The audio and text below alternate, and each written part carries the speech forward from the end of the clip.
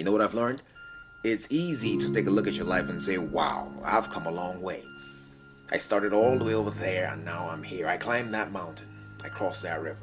I know at times I didn't think I was going to make it, but here I am. But what we don't do often enough is say thank you. We rarely take enough time to really say thank you to those people who played a role in our lives, who shaped us, who got us through the hard times, the moments we thought we would never make it out. And it's these people who are there for us without knowing it that we never thank. The hidden heroes, the inspirations, the motivators. So when you get a chance, say thank you. It's about gratitude. It makes the world go round. I was born in Miami, Florida, in an area called Liberty City, in an abandoned building on a hard linoleum floor with my twin brother. We were 6 weeks of age. We were adopted. When I was in 5th grade, I was identified as EMR, labeled educable, mentally retarded, put back from the 5th grade into the 4th grade, and stayed in that category until I got out of high school. I don't have any college training, but I met a high school teacher who one day changed my life. I was waiting on another student, and when he came in, he said to me, "Young man, go to the board and write what I'm about to tell you." And I said, I can't do that, sir. He said, "Why not?" I said, "I'm not one of your students." He said, "It doesn't matter, follow my directions now." I said, "I can't do that, sir." He said, "Why not?" I said, "Because I'm educable, mentally retarded." And he came from behind his desk and he looked at me. He said, "Don't ever say that again. Someone's opinion of you does not have to become your reality."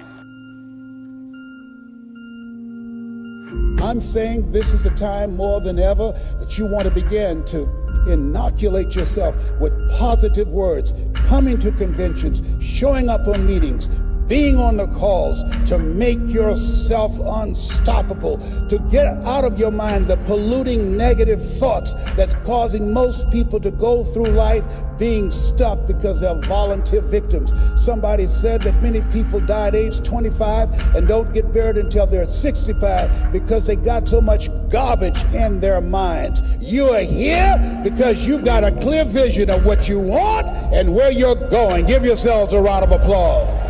Come on, bring your energy level up. Yes, yes. You want more. You want more. You're different. You're different than everybody else. Don't worry if they don't get it. Don't try and convince people to do this business. A person convinced against their will is of the same opinion still. You are not like everybody else. You can walk outside and find pigeons, but if you're looking for eagles, it's going to take you a minute. You are different. It's lonely at the top. How many of you know it's lonely at the top? Raise your hands. It's lonely at the top, but you eat better. That's what I'm talking about. You're different. One great entrepreneur said, "I choose not to be a common man. It's my right to be uncommon if I can. I seek opportunity, not security. I do not wish to be a kept citizen, humbled and dulled by having the state look after me. I want to take the calculated risk, to dream and to build, to fail and to succeed. I refuse to live from hand to mouth. I prefer the challenges of life to the guaranteed existence, the thrill of fulfillment to the still calm of utopia. I will never cower before any master, nor bend to any threat. It's my heritage to stand erect, proud and unafraid, to face the world boldly and say, 'This I have done.' You showed up because you're building a business that you can stand and say, 'I did this. I did this.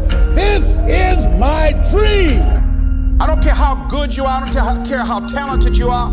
I don't care how much you work on yourself. There are some times when things aren't going to go right. They just are not going to go right. There are times when anything that can happen will happen. Murphy's Law will be knocking at your door. Why? I don't know why. That's called life. And you have to deal with it. Sometimes your life will be in a slump, just like sports. Some of the best shooters can't hit baskets different times in games. They get in a slump. Do they sit on the sideline and say, "I just didn't hit a basket today"? No, they continue to execute. I suggest to you that if you are facing a challenge, don't stop. Stay busy. Work your plan. Continue to do those things that you know that work for you after you have evaluated yourself in the situation. continue to move. Stay busy, stay busy, stay busy. I was working on a job, and I came home one day. I was married at the time, and I told my former wife, I said, that guy Bert I work for is stupid. She said, if he's so stupid, why does he sign you a paycheck? Now you see why I divorced her, right? I couldn't stand her. That night, I could not sleep well. Here was a guy that was controlling my life. I was going through all kinds of changes because this man controlled my paycheck. And it was Carlyle who said, truth crushed to earth shall rise again. Winston Churchill said, the truth is incontrovertible. Malice may attack it, ignorance may deride it, but at the end there it is. And we know scripture that says, ye shall know the truth, and the truth shall set you free. And the truth that I had to come to grips with, that I wasn't in charge of my destiny. The truth was that I wasn't giving all that I had. The truth was that there are some things that I wanted to do, but I didn't have the courage to act on those things. And the truth was that Bert Childs was a blessing to me. He made life so miserable for me, I had to start looking at my life differently. I started going to work earlier.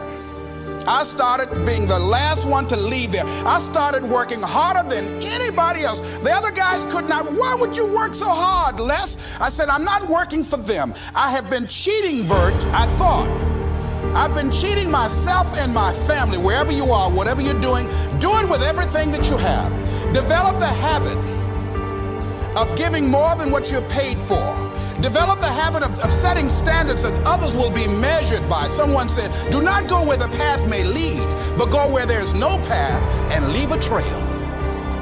Overcoming the negative conversation, that inner dialogue that's going on all the time, even when you don't want it to be there. You can't stop yourself right now from thinking. You can't do it. It's going on. And so learning how to empower yourself, part of doing that is standing up to yourself. You've got to stand up inside yourself sometimes and say, shut up! You've got to do this. I was going to give a presentation, and this voice inside of me saying, you can't do this, you don't have everything it takes. I shut up! Yeah, I'm behind on my bills and you're telling me what I can't do. I have got to do it. You'll get scared sometimes. Your mind will go blank on you. Some people you will allow to unnerve you. And you wonder, what's wrong with me? I'm not crazy. That's why you've got to learn to make a conscious, deliberate, determined effort to stand up inside yourself. Working on yourself, watching that inner dialogue, it will determine the quality of your life. You've got to be willing to go against the tide. You've got to be willing to harness your will and say, in spite of this, I'm in control here. I'm not going to let this get me down. I'm not going to let this destroy me. I'm coming back, and I'll be stronger and better because of it. You have got to make a declaration that this is what you stand for. You're standing up for your dreams. You're standing up for peace of mind. You're standing up for health.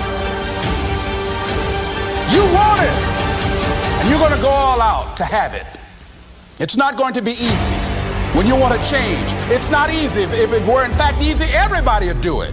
But if you're serious, you'll go all out.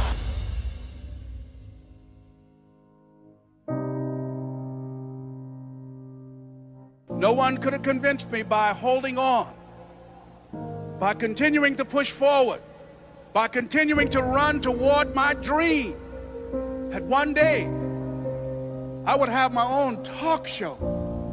It's a long shot, ladies and gentlemen, from Liberty City, an abandoned building on a floor, never knowing my mother or father. It's a long shot.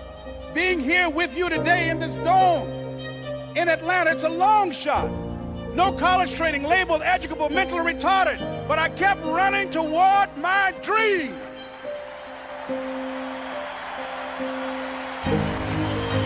When I look back at my life, when I think of where I came from, where I started and how I got here, I can't help but be grateful to the people who played a role in my life, a silent but powerful role. Some of them will never know who they are. but I'm grateful. And all I want to say is thank you.